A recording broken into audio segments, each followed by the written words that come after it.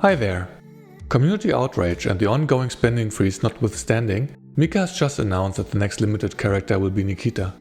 While the excitement around this reveal may understandably be more subdued, and I don't want to pretend it's business as usual, I'm still holding out some cautious hope for an amicable resolution.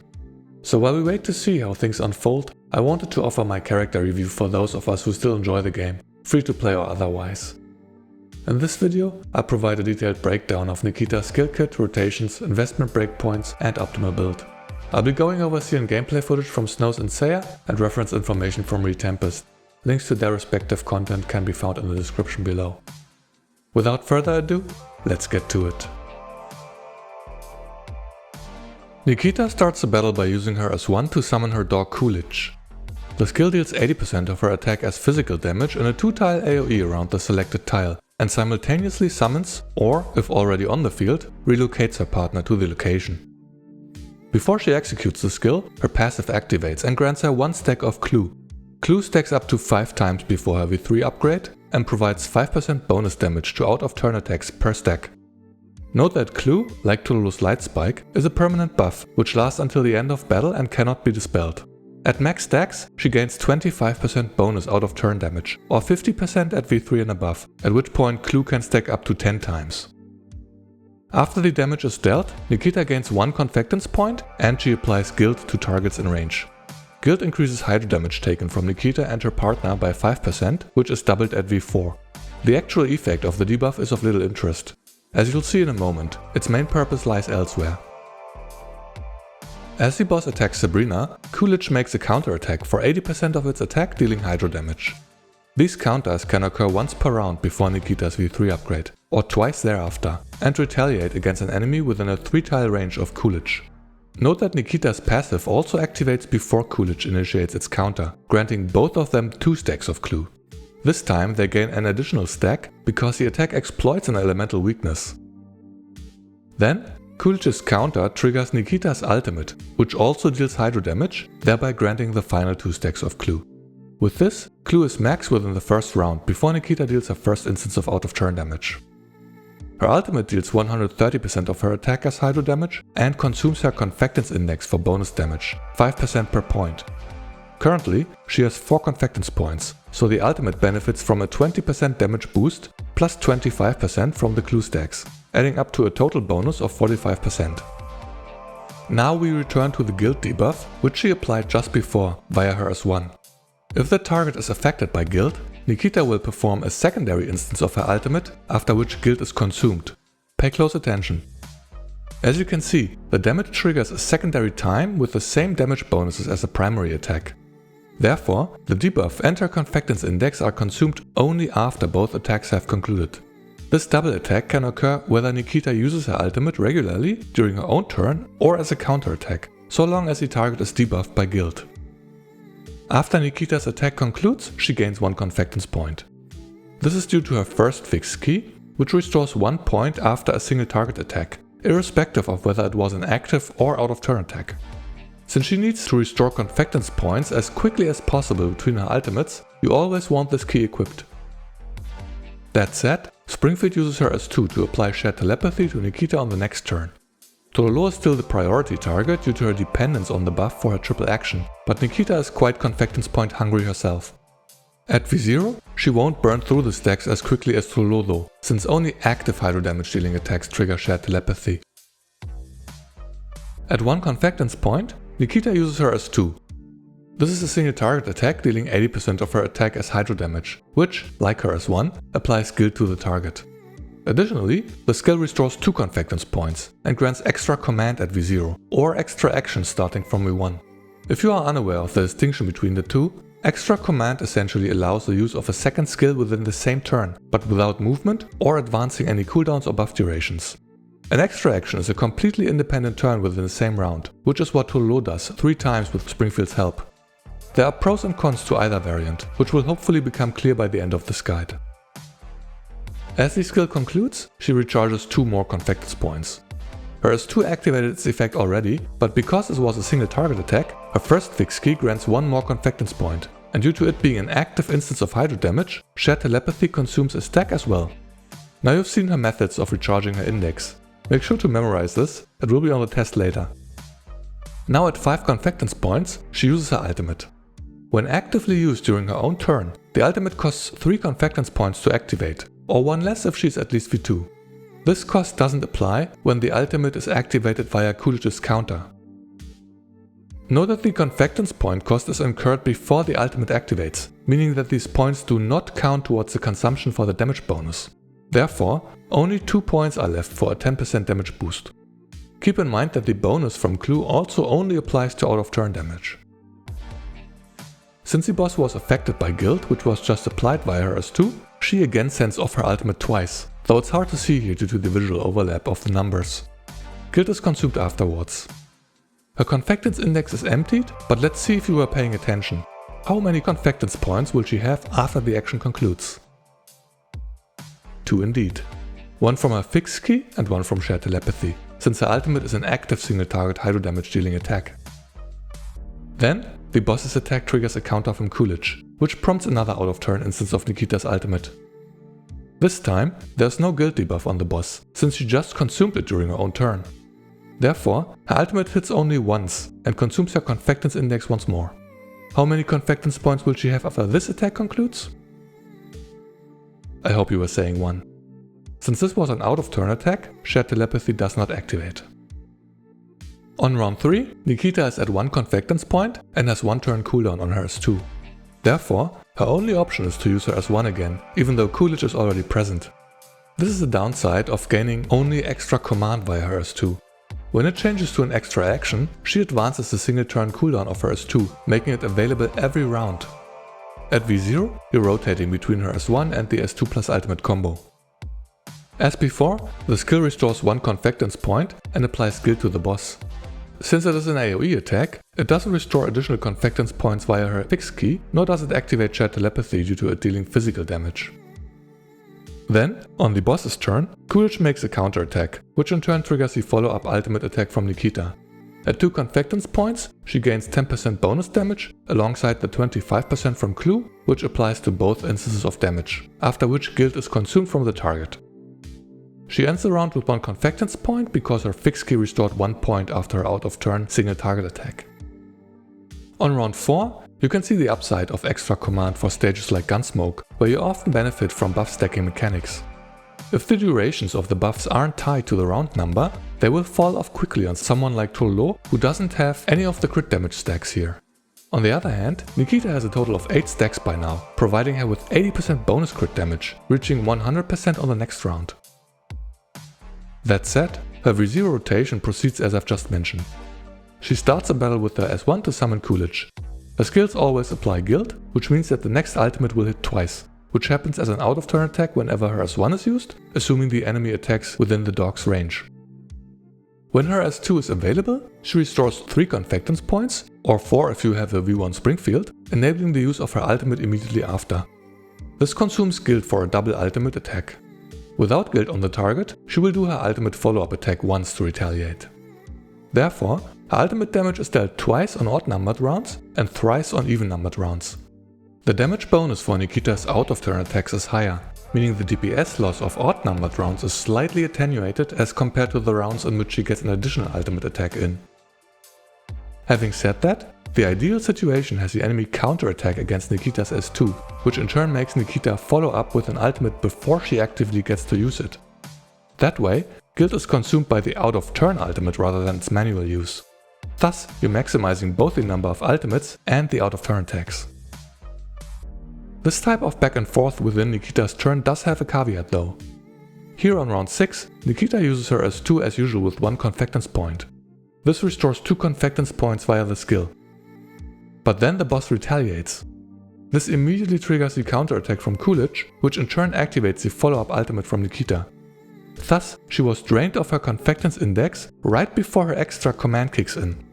Remember that she needs 3 confectance points to activate her ultimate before her V2 upgrade. So how many confectance points will she have after the S2 concludes? As it turns out, she gains exactly 3 confectance points after the attack. This is because her fixed key activates twice, since she dealt 2 single target attacks, and each is rewarded with 1 point. Shared telepathy also consumes 1 stack for the active use of the S2. without a V1 Springfield, you would not be able to use her ultimate in a situation like this. Instead, you'd be stuck with the basic attack. That said, since Nikketa only consumes shared telepathy stacks via her S2 and the active use of her ultimate, she will lose 2 stacks every other round using her V0 rotation. For a 7-turn battle such as Gunsmoke, she will have enough stacks to last her the entire battle, as she will at most use up 6 stacks.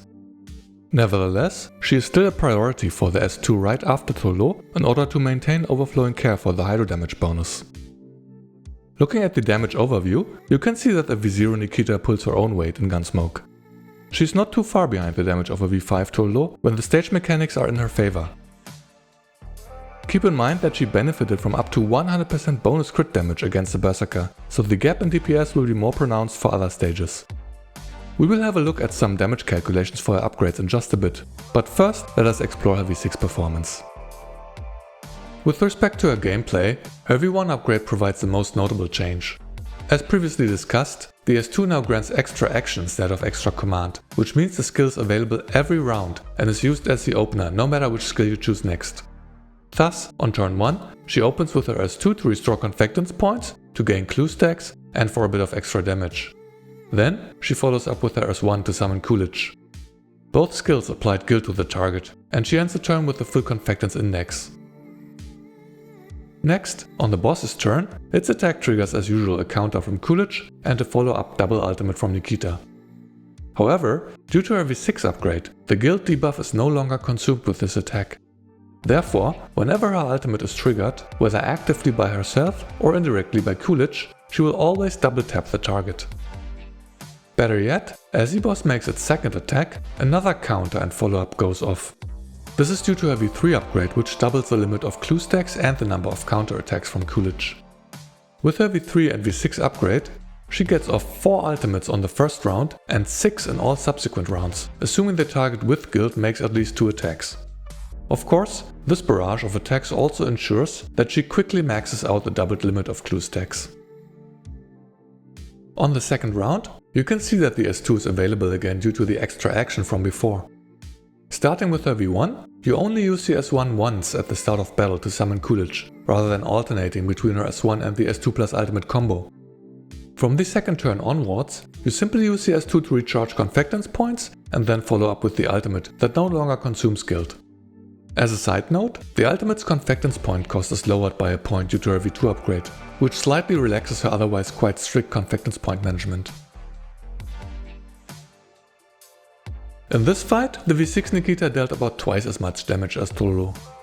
Keep in mind that her DPS relies on the opponent making at least 2 attacks each round, as she will otherwise miss out on multiple instances of her ultimate's damage. That said, let us briefly look at the damage calculations from ReTempest. In this chart, the 100% damage output on the left corresponds to Nikketa's V0 performance with her signature weapon, whereas each bar to the right shows the damage increase with each further upgrade. As previously discussed, the benefit of her V1 depends on the particular stage mechanics, but in this calculation the better rotation provides about 25% more damage. Other than that, the notable breakpoints are at V3 due to the additional counter from Coolidge, and of course at V6, at which point guild is no longer consumed, allowing for 6 ultimates every turn so long as the enemy attacks at least twice. When comparing the damage of Nikketa's different upgrades directly against the V5 R1 Tolo, you can see that her baseline V0 performance is about half of the V5 Tolo. Keep in mind that Tolo was the best single target DPS in the game before Chiwa, so that is not too shabby. She then breaks about even at V3 and surpasses Tolo's output by about 50% at V6. Overall, I'd say that makes her a well-balanced limited character, who is usable at V0 and only pulls ahead against our standard banner powerhouse at V6. Since we're hopefully having fun looking at graphs, here's a final one to compare her power progression against the aforementioned Chiwa, displayed in orange. Chiwa suffers from a very uneven distribution with very weak performance at V0 and a huge spike at V6. In contrast, Nikketa provides more damage at her lower upgrade nodes and offers comparable damage to Chiwa at maximum investment, but without the same over-reliance on her element. Consequently, I'd say this makes her a good investment no matter how far you're willing to go. Before moving on to the conclusion, let me also give you a few quick pointers on her keys and weapons. For her fixed keys, her most generic setup includes her first, second and sixth keys. Since I've discussed the convectance point restoration via her first key during the showcase, you should be sufficiently familiar with its effect. The key is mandatory for all content, since Nikketa is quite convectance point hungry. Her second key grants bonus stability damage against targets with guild. At V6, the debuff is permanently applied to a target, but even below V6 the key's effect is decent because guild is consumed only after damage is dealt. Then, another staple in her build is her 6th key, which grants her attack up 2 whenever she gains clue stacks. While this makes Springfield's signature weapon effect obsolete, you are practically guaranteed to have the 15% attack bonus active permanently. Let me briefly show you how the key works in practice. Here, Nikketa goes in with her S2. Any skill she executes generates at least 1 stack of clue before the damage is dealt. Therefore, her 6th key activates before the attack goes through, granting the bonus right away. The buff lasts only for 1 turn, meaning it falls off immediately afterwards due to her extra action. This is not an issue though, as the key reactivates upon the next attack. In case you are wondering, she also gains a buff during her out of turn attacks. And even when clue is fully stacked and she technically doesn't gain more stacks, the key will still activate. Finally, Nikketa's 4th key can be used as a replacement for the bonus stability damage when your targets are not weak to Hydro and you don't want to bring Sabrina. With this key, her S1 creates in its area of effect tideway tiles for 2 turns. Before her V1 upgrade, her rotation includes the use of her S1 every other turn anyway, making this an extremely useful utility. From her V1 onwards, you typically avoid her S1 after the first round, unless you need to resummon or relocate Coolidge, making the key much less appealing. In particular for a V6 Nikketa, you'd never want to sacrifice your damage in order to implant Hydro weakness in your targets, thereby making the key a poor choice for higher investment levels. Her other 2 keys can be safely ignored. Next, a signature weapon grants 390 base attack and a 15% attack bonus. The weapon effect grants her and Coolidge a 10% Hydro damage buff after her attack. Here, she starts the battle via her S2. As the skill concludes, she gains the buff from her signature weapon for the next 2 turns. Next, after she summons Coolidge, it also gains a buff as Nikketa finishes her turn. This buff remains active permanently, so long as she doesn't skip any turns. Then, the weapon also boosts her ultimate's damage by 15% up to 40% at max calibrations. Since the majority of her DPS comes from her ultimate, it is a decent effect. However, as usual, damage bonuses suffer from diminishing returns. Moreover, the 15% attack bonus lags behind other alternatives that provide better stat bonuses.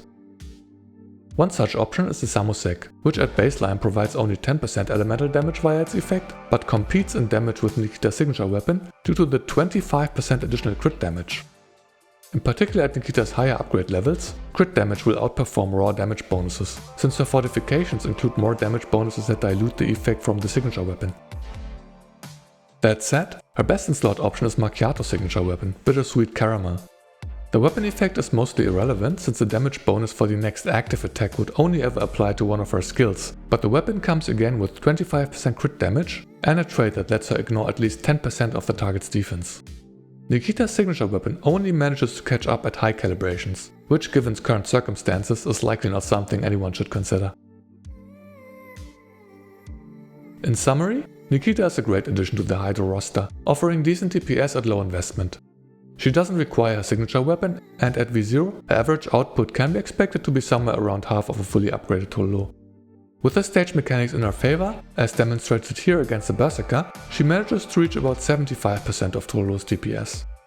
At high investment, she becomes your Hydro Element's hyper carry, dealing about 1.5 times the damage of a fully built Tololo. Obviously, this is not a question of either or, but rather that you're looking at 2 extremely strong DPS characters for the element. That said, her damage is highly reliant on the enemy attacking once, or after her V3, twice per turn, so that she can get off all of her ultimate attacks. At V6, she can dish out 6 ultimates every round, but if the enemy does not attack, or at least not within Coolidge's 3-tile range, she misses out on 4 of the 6 attacks. Depending on the particular boss design, this can make her damage fall off a cliff. Still, when the boss design is working to her advantage, she is highly self-reliant. Ideally, you'd want a V1 Springfield by her side for the bonus convectance points and Hydro damage boost, but from V2 and onwards, she won't ever have to rely on anyone's help. This distinguishes her from Chiwa, who is strictly tied to her element to unleash her full potential, and also from Tolo, who only gets to make her triple action with Springfield support. Then, her partner Coolidge is considered a summon like Papasha City Guard. Some bosses have mechanics that ramp up when you manage to field 6 bodies. This was the case for the first Gunsmoke boss Deichgraf, but also the Berserker, who applies 10% vulnerability to itself each turn for every 3 targets it hits with its AoE. With the normal 5-man lineup, you reach 60% increased damage by the end of the battle. With a summon like Coolidge, you're looking at 120% instead, boosting the team's total damage significantly. Finally, she offers great utility for the Hydro team via her fixed skill that generates tideway tiles when using her as one. Since Sabrina is often replaced in favor of better damage, the team is usually struggling with weakness application. That said, the key is mostly relevant at V0, when Nikketa alternates between her S1 and S2 plus ultimate combo. That way, she can permanently implant Hydro weakness in the target. At V1 and above, her S1 isn't used as often or avoided entirely, so she wouldn't be solving that problem for the team at higher investment. Having said all this, Voimastina exists. While Nikketa is a decent addition at V0, going any deeper is questionable when your resources are limited. If you want to maximize your account value simply from a meta perspective, while staying free to play, conserve as many pulls as you can from now on. This is a low investment tier list from ReTempest for Voimastina's patch. As you can see, Nikketa is ranking right at the top alongside our standard banner favorites QJ and Tolo, as well as the recently released Lind and Voimastina. The power gap amongst the DPS characters only widens with the upgrades. Therefore, picking up a single copy of Nikketa is a safe choice, unless you're viewing every pull as an opportunity cost for your V6 Voimastina, in which case you're in for a prolonged period of gacha abstinence. And with that we've come to the end of this video.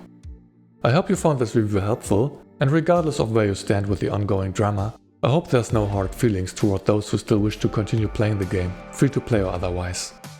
If this was the final straw and you've decided to quit, I'm genuinely sorry to see you go. Maybe we'll cross paths again in another game.